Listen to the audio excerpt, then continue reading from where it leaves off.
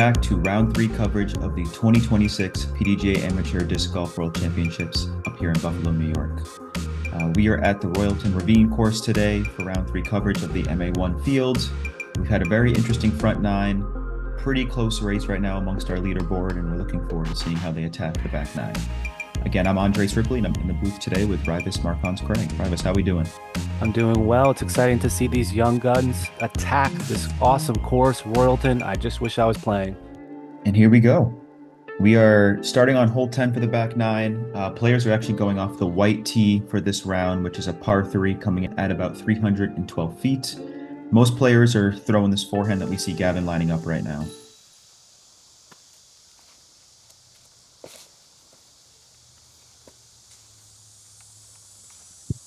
Pretty clean release there. Yeah, it looks to be a little inside. There is this right side backhand gap that some of the locals take, but the forehand's definitely the predominant play here.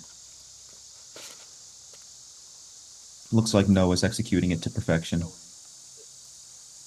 Not surprised by that. We saw a lot of good action from Noah in the front 9. He has it all backhand and forehand, and so does this guy.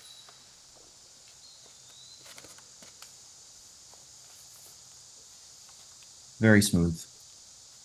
Yeah, Austin's coming from the Pittsburgh and Ohio area. He's got a big following.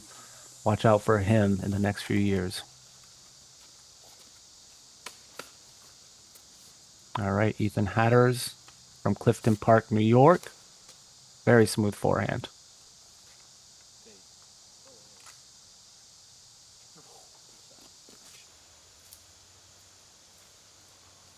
Let's see if Gavin can save a 90-foot birdie bid. Pretty smooth release for 90 feet.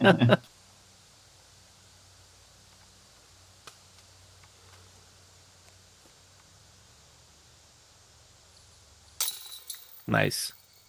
Good par save there for him. What did this hole average, Andres? Let's see. This hole averaged 0.23 strokes under par. Yeah, So that makes relatively sense. easy hole for this field. I will say the back 9 in general is usually a little bit more scoreable than the front 9 out here at Royalton. So players are definitely looking to attack now that they're a little bit loose and hoping to get some more birdies on the scorecard. Absolutely. So Ethan got one, Noah got one, and Gavin's going to be cleaning up his par. So a little slow start for Gavin and continuing that in the middle of the course, but he is bouncing back a little bit. You can tell he's more confident on the green there with that 90-foot putt. Tell me more about 11 here. Hole 11 is by far the easiest hole that our competitors are going to play today. Very short par 3 coming in at 217 feet. And this one actually averaged a 2.32 strokes, so 0.68 strokes under par. Again, one that feels like a must get for our competitors. Wow. Noah's up there. Nice clean release for him. They make these forehands look so smooth, and I think that's the first miss for Ethan that we've seen on coverage. It's definitely a common miss on this hole. That is a tree that will collect a lot of frisbees, especially if you're a little bit lazy with the release. So an understandable hit there. Almost an ace there.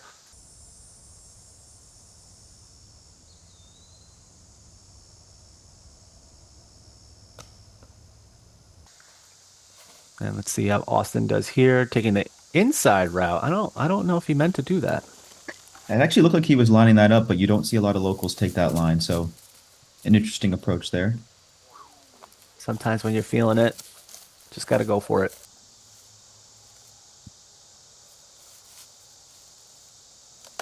So we do have a scoring alert for Roger Boone. He is now 7 down through 12. Very impressive. So representing USA from Beckley, West Virginia, he's on pace for something special. And so is Bradley Bumgarner. He is 7 down as well through 12. Nice. So it looks like we're going to have 2 birdies and 2 pars on hole 11. Again, one that the lead card definitely wants to be getting, but we'll see how they bounce back off this hole.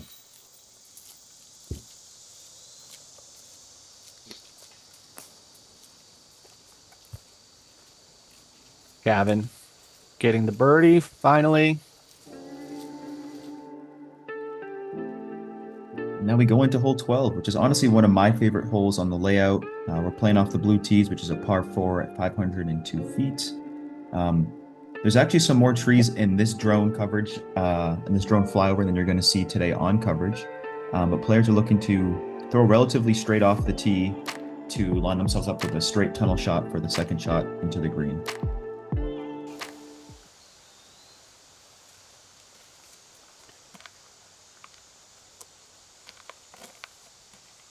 A lot of forehands on this back nine already. Yeah, it definitely shapes well for the forehand off some of these tees, and Noah throws the forehand there to perfection. Good skip. He should be in a good position. Oh, we got a catch cam replay here, sponsored by MVP. That was a great shot. Very impressive. He's a little bit left on that second tunnel, but still should have something to work with for sure. All right, Gavin's taking the backhand. I love his backhand. Pushing it, spinning it. Looks good. Doesn't like Very it though. smooth. That's actually a pretty good tree kick. Probably brings him back to the middle of the fairway. Ethan made the mistake on 11. Let's see how he bounces back on 12. Looks pretty good. It's an impressive hyzer flip forehand there out of Ethan. Now, as good of a forehander Austin is, I am shocked he's throwing a backhand on this hole. I really do feel like the backhand shapes well for it. If you're going to miss the intended gap, it's definitely better to finish to the left to open up that second piece of it. So, looks to be a little tight here out of the hand.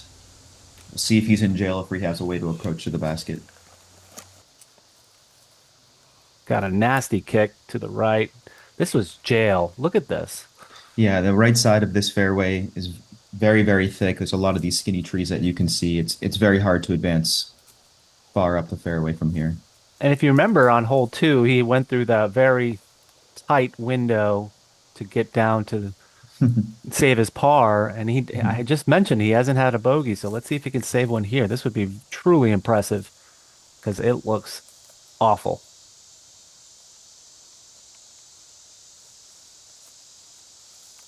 This is one of those moments like you got to find the right window. Yeah, and I like seeing him take his time here. Make sure he's comfortable. What a kick. And Favorable kick. yeah, I think he pinned it. That is incredible. Yeah, he should be back out in the fairway there. It should be a pretty easy up and down for par from there, hopefully. All right, so here we go. Gavin's second shot on hole 12 here. Pretty lengthy hole. I bet Gavin right now is probably right around 250 feet from the basket, so see if he can put something straight out there. That's the tactic just turned a little too much for him.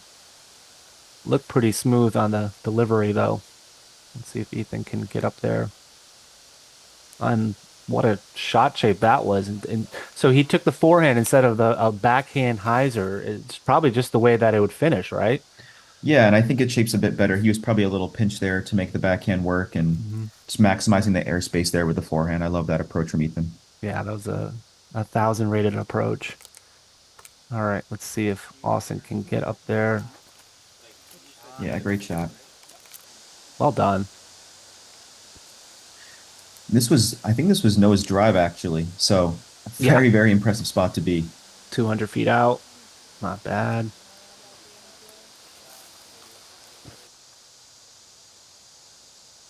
Gavin's a little pinched here, but he's a very well-known jump putter. So this should be easy for him. Yeah. I wonder if learning a jump putt like that actually would save people's strokes instead of having to learn a touch shot. It definitely could. Jump putts help, especially when you're, inside that 100-foot range and you're just trying to get it close to the basket. Okay. So Gavin got a few spit outs on the front nine. Let's make sure he doesn't get any here. Good putt there. Gavin saves the par. We'll see if Ethan can convert for birdie.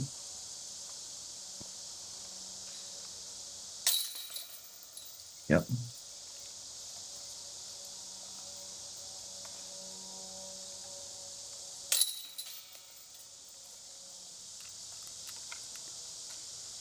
What did this whole average? This whole averaged right around par, coming in at 0.03 strokes over par. So, kind of right in the middle of the pack, a hole that the field wants to get, but you're not too upset with a par. No, looks like a very favorable par. And this one looks kind of attackable. Tell me more. Yeah, this one does feel attackable at times, but we're coming in at a 571-foot par four with out of bounds lining the entire right side of the fairway all the way up to the basket. So players will have a chance here to hyzer out hopefully to the left, but you want to stay in the middle. It's an early tree hit there out of Noah. He's probably about 420 feet from the basket from there. So you definitely want to get past these first set of trees here, as Ethan's showing us. Come right into the middle, and he should be within 250 feet or so from there.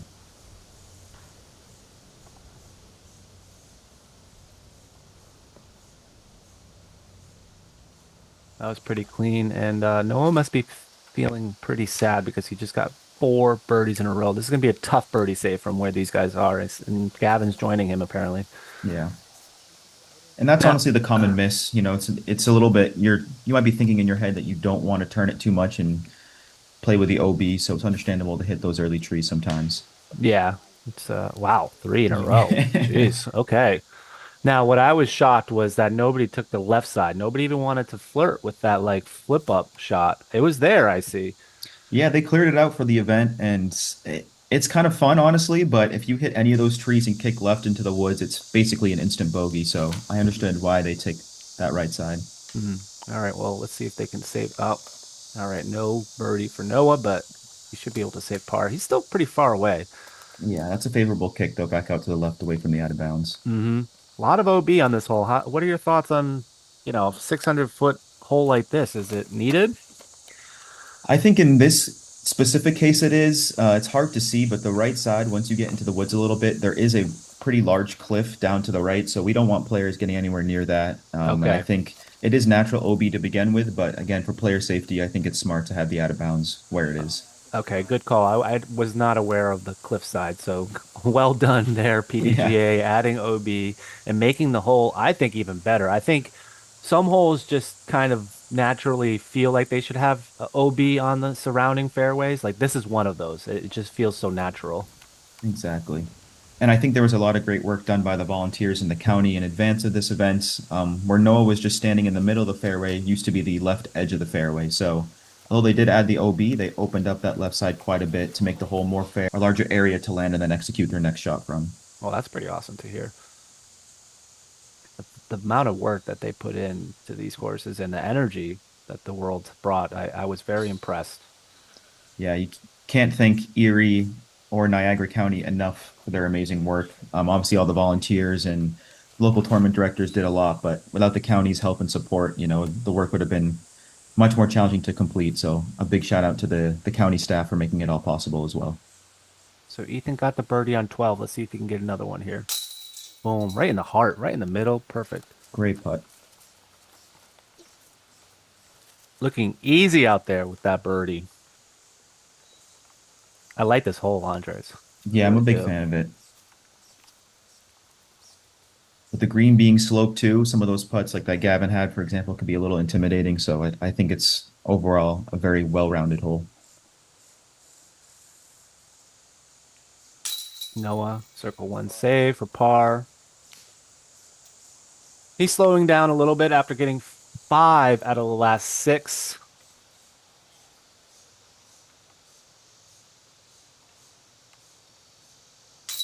And Gavin.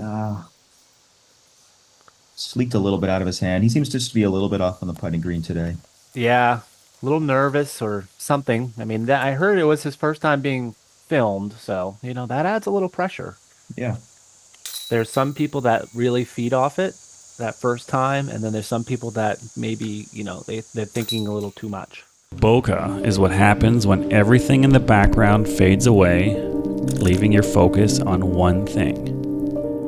And I love that, because some of my favorite shots feel the same way. The noise and distractions disappear, and all that's left is the line. That's the Bokeh. The first fairway driver in the Simon line. No limits. I'm sure Gavin will have many more filmed rounds in his career, though. Oh So yeah, he's 1,000 rated. I mean, the energy he brings and the power that he brings is it's truly impressive. Tell me more about 14 here. This looks like a nice short shot to the left. yeah, we just had back-to-back par fours, so now we have this par three coming in at about 302 feet. There are two gaps that most players are taking. Saw Ethan try to execute that right side turnover. It's kicked into the woods left. Or you'll see some players going with the flex righty backhand on the left side of this initial tree.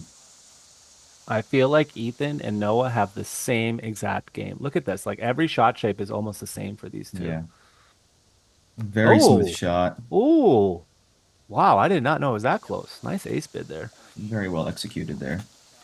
You can actually see on this right side that both Noah and Ethan took. There are some stumps from trees that were just cut down maybe within the past month or so. So beforehand, it was a very, very tight gap. You were seeing most players go with the flex backhand. So it's interesting now to see our first three lead card players here go with the flex forehand shot.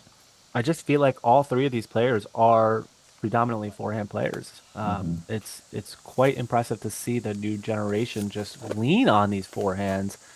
Meanwhile, backhand might be a little more old school, and it's just truly impressive to see the shot shaping that they can handle. Hmm. And Ah, Gavin said, "I don't need a forehand. I could try that line with my backhand." probably looking for just a little bit more flip on that, but Yeah, still got up there a little bit. yeah, you might have needed an MD1 there. Might have taken like an MD5. And here is Austin from 80 feet or so. Not a bad bid. So out of the bunch, I would say Austin's the slowest in terms of scoring. He only needs the three down versus Ethan and Noah. Ethan and Noah are about eight down at this point. Um, so again, to try to keep up with people that are on firing on all cylinders, it's not easy. The par is just fine out there, guys. All right, so here's Ethan's birdie, right? I think it's actually his par look. Oh, okay. He did chip out from the woods. You're right. Still an impressive putt nonetheless. Every one of those strokes matters the same, so got to Mhm. make sure you convert those 20 footers for par as well. Yeah, and I'm gonna say this average like 2.9. Let's see. I think you might be right on the money. 2.85. Yep. Pretty close. Yeah. Again, one that you want to get at about a quarter of the field getting a birdie, the majority of it getting a par. Nothing wrong with that. So Noah getting the part job, almost ace on camera. Lots of wooded shots at Royalton. Indeed. And now we're going to another tight par three. So we're going off the white tee on this hole, which is coming in at a par three at about 335 feet. This hole definitely has a tunnel effect. There is some airspace on both sides, but you can see the basket straight in front of you off the tee. Players are looking to throw something pretty straight with the backhand, or we'll see Noah execute this left side forehand shot. And we have a pretty sloped green that players need to take into consideration as well.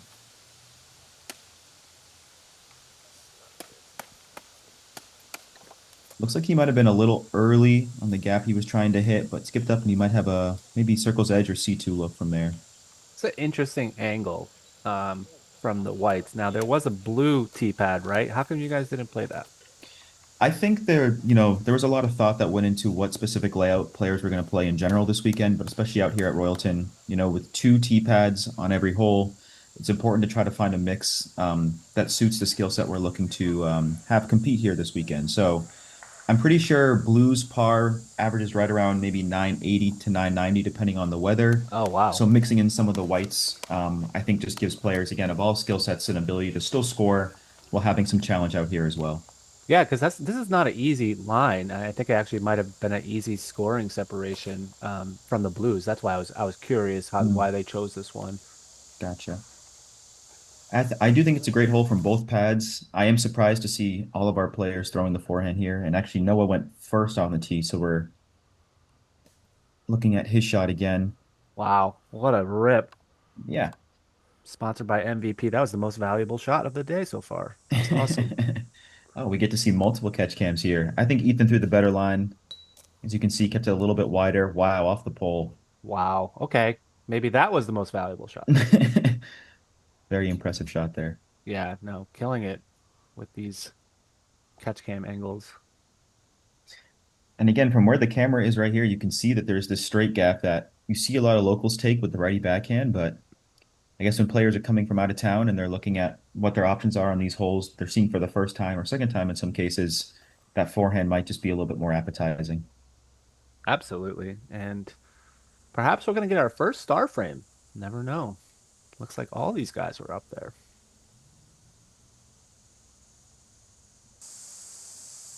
All right. Austin's up first. He's got the longest putt of the bunch. 50 feet. See if he can get the two.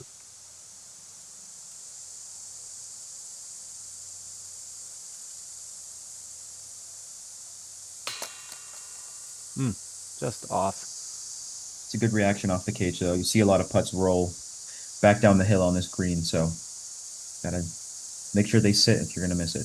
Absolutely. Austin's only been playing for 4 years, it looks like. Wow. Great putt, Noah. Back on the birdie train. Again, he missed 13 a few holes back, but he's gotten 14 and 15 now, so still moving in the right direction.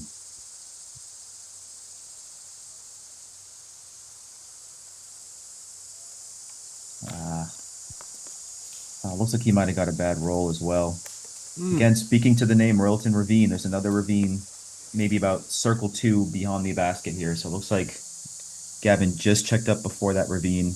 I think he went out of bounds, so this is a huge four save for him. Wow. That's a gut check right there. Now that's a good comeback putt. To wash away all of his concerns with the putting basket and putting woes, he was able to connect on probably the most impressive putt of the day for him. And Ethan, see what he does here. Yeah, textbook. Well played there by Ethan. These kids are good. They are. Very good. Looks like we had 2 birdies there from Ethan and Noah, par from Austin, and a bogey from Gavin. We're on to the 16th. A little bit of a backup on 16, I think, from what I remember. This was a gnarly hole. Very wooded, very long, right? Yeah, it's actually playing the hardest hole, average to par on the back 9. So we'll see how our lead card plays it. Love seeing this B-roll here of the players interacting with one another. Always fun talking through the hole and what they're throwing. Yeah, a lot of them were just saying, you know, can you get the eagle? If you can get the eagle with a putt on this hole, it's very impressive. We're throwing off the long pad here, which again, 597 feet with a ton of trees between you and the basket. Players are looking to, either take the left or right side off the tee here. I think we'll probably see a lot of forehands side of this group. Just trying to flex something and get halfway down the fairway at least. I know Gavin was thinking eagle because he's so far behind these other guys, where at least that's what he felt. And Noah swings it a little to the left, but he's up there. I mean, anything past the initial gap and fairway up there is good spot, I feel like. The green is the most tricky part about this hole, I feel like. Yeah, if you can get to the green, even for a birdie or par look, you're going to have some interesting looks, usually putting uphill at it. So we'll see how these players can do. That was a nice shot by Ethan there. I love his forehand. It's so clean. It's so smooth. You know who he reminds me of? And I know this will be more of a New England shout out. Let's hear it. His game reminds me of Joey Antosca. I can see that. Right. Shout out to Joey down on the Cape. Yeah, the Burgess crew. And there's just something about it. The forehand's clean. It's smooth. He's got a great backhand. And he's got a nice putt. Very smooth putt. Awesome shot there by Austin. There is like this cart path you'll see running down the middle part of the fairway. And if you can land on the cart path, you really can open up your options for approaching the green. All right, Gavin. Can he get the eagle, folks? Look at this shot shape. Oh, man. Keep going. Oh, my God. He's going to kill the cameraman. Oh, my goodness. See, this is what he was talking about during Oh that my God. backup, Andres. That is so impressive. He does skip off to the left there, and great dodge by our cameraman. Yeah, Keith said that he almost chopped his head off, but that was worth the shot, I would say. That's over 400 feet for sure off the tee there, maybe pushing 450. So really impressive there by Gavin. This is a very tight line for Noah. Really nothing on this left side. Wow. Yeah. Now, you said this was the hardest hole of the day, right? This was the hardest hole in the back nine, averaging 0.26 strokes over par. So Got it. one where par isn't too bad. It came in as I think maybe the second or third hardest on the day, behind hole 5 and some of the others on the front. So Okay. Wow. Look at that line that Ethan just found. That was very smooth. Skilled shot, too. And Austin's mhm, probably in the best spot for his forehand money. right on the hill inside the circle. That's going to be a nice birdie look for him. Looks like Gavin's thinking about his options here. Even though he threw this far off the tee, he's still pretty left and gonna have a tight line to get to the basket. Ah,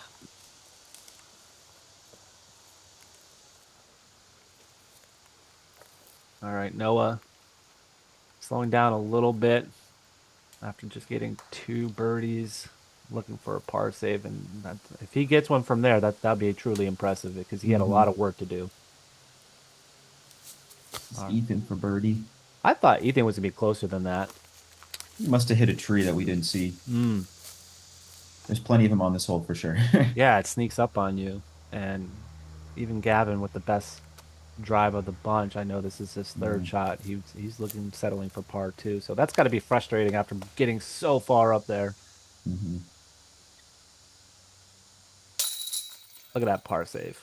Mm. Ethan's making it look casual on those putts. That's a death putt there. If he misses the basket, he's definitely going back beyond the circle. Yeah, Impressive putt there from Ethan. absolutely agree with you there. And took no time there. Noah, this would be huge. Wow. Great putt, Noah. He misses that. That's potentially 2 strokes. Ethan is 7 down, and Noah is 8 down. There we go. Birdie for Austin. Finally, after 7 holes, he gets one here on 16.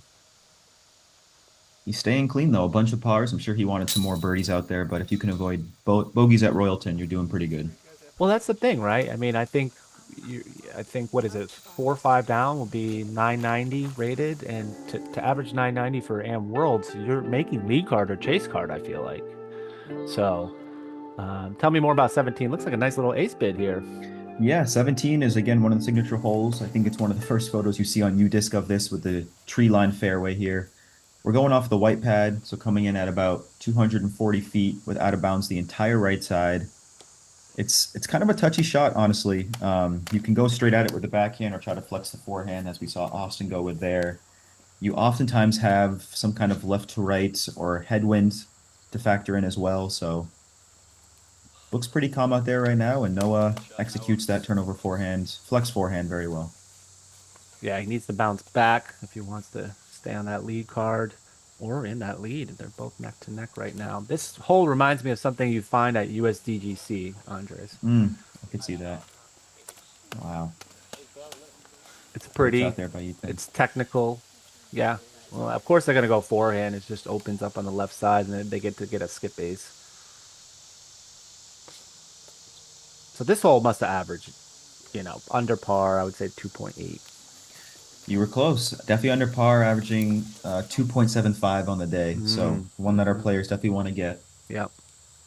Nobody went backhand up the middle. That's hilarious. Yeah. Again, we got a lot of forehand dominant players on here. They definitely have the skills for the backhand, but the forehand's probably just a little bit safer. Less chance of finding out of bounds, and you can flex it pretty well up to the basket. I'm surprised Gavin didn't do a jump putt. All right, here we go. Gavin, probably 70 feet, maybe a little shorter. Yeah, looks like maybe edge of circle too.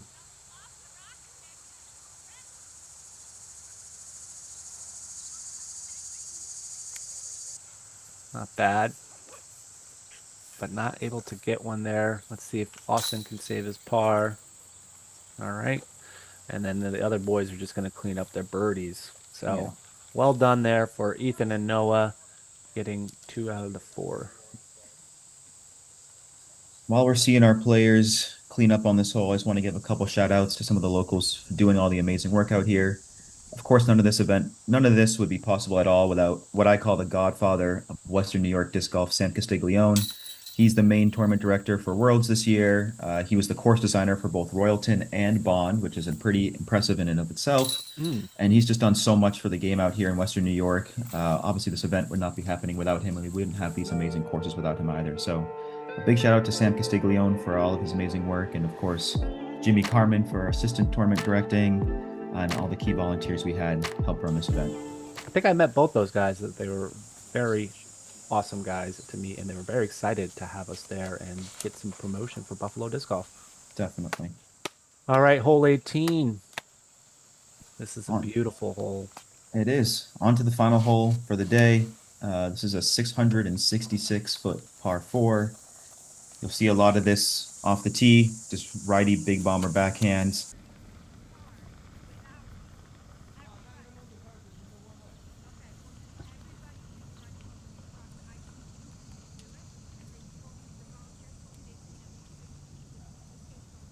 Anything near the white tee, and especially past it, is a pretty good shot. We do have this out of bounds water between the players and the basket, so it doesn't usually come into play too much, but the goal is just to get right of it if you can, and then try to approach the screen that's perched up on a mound. Have you ever seen anybody go for it? I have not, but I've heard rumors about what happened this round, so we'll see what Mr. Gavin here lines up. Well, he's lining up something big, and I know he was talking about it, but I was just curious if anybody had gone for it. Oh my goodness. What is going on here? Now he's just having fun. I think he definitely has the power if he got a hold of it right to get across the water there. I don't think he did in this case, but he's got the power for it if he gets it right. I remember one of the spotters was just saying, you know it's 650 to clear, right? And he says, I think I can do it. It's probably more like, I don't know, 580 to 6 to clear it if you got directly over it, but I'm sure he could get way up there if he had another opportunity at it. Yeah, this is a beautiful finishing hole. I love the green with the raised basket, and it keeps you in line and check. I mean, you still have to throw a good second shot. You saw Austin kind of finishing a little too long and left, so I mean, this requires some execution. Definitely. And there's always some wind on this hole as well. Oftentimes when we're in the woods on this course, you don't feel it as much, but when you get out to holes like hole 9 and 18, you can definitely feel the breeze a bit more. So you got to take that into consideration as well. What a beautiful scenery this is for finishing hole 2. Yeah. Well played hold there by Ethan. And here is Gavin after swimming to get his disc. Well, we'll see where that ended up on the green. Looked pretty good. If you ever see the disc on this hole go just past the basket, it can either sit at 3 feet or roll to 40 feet because of the mound. So it's always best when you can to check it up right in front of the basket, in my opinion. But we'll see what these players have.